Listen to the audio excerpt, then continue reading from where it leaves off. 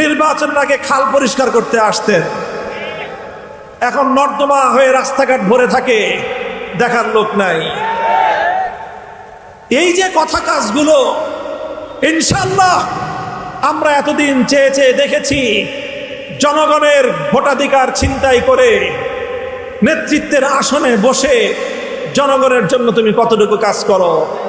প্রমাণ হয়ে গিয়েছে জনগণের অধিকার আদায় করা তোমাদের উদ্দেশ্য নয়, বরং জনগণের অধিকার ছিনতাই করাই তোমাদের উদ্দেশ্য। এহেন প্রেক্ষিতে আজ মোহাম্মদপুরের মাটি এবং মানুষ, আমি আপনাদের কাছে কৃতজ্ঞতা প্রকাশ করি। আপনারা বিপুল ভোটে আমাকে জয়যুক্ত করেছেন। আপনাদের ভোটের অধিকার ছিনতাই করা হয়েছে, আপনাদের প্রদত্ত ভোট চুরি করা হয়েছে। এই দোষ আপনাদের নয়, এই দোষ মোহাম্মদপুরের মানুষের নয়। যারা ভোট চুরি করেছে মোহাম্মদপুরের মানুষের, তারা ক্ষমতায় অনেক পাওয়ারফুল, তারা ইস্টাবলিশমেন্ট, তারা সমাজের ইস্টাবলিশমেন্ট।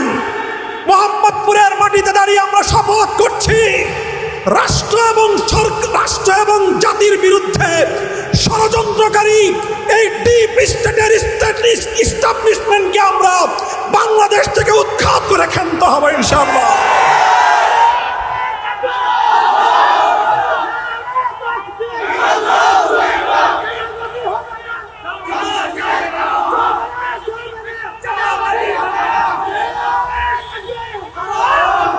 প্রিয় এলাকাবাসী, ইনশাআল্লাহ আমরা একে একে প্রতিটি সংকট নিয়ে কাজ করব।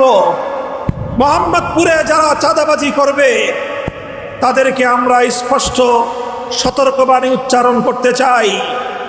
আমরা অনতিবিলম্বে চাঁদাবাজদের তালিকা প্রণয়ন করব। যারা চাঁদাবাজদের দ্বারা নিগ্রহণের শিকার হবেন, যাদের কাছে অন্যায়ভাবে অবৈধভাবে চাঁদা চাওয়া হবে, আপনারা নির্বিঘ্নে বাড়িঘর নির্মাণ করবেন, ব্যবসা বাণিজ্য করবেন, সরকারকে ট্যাক্স দিবেন, সিটি কর্পোরেশনের ট্যাক্স পরিশোধ করবেন, কোনো চাঁদাবাজদেরকে চাঁদা দিবেন না। আমরা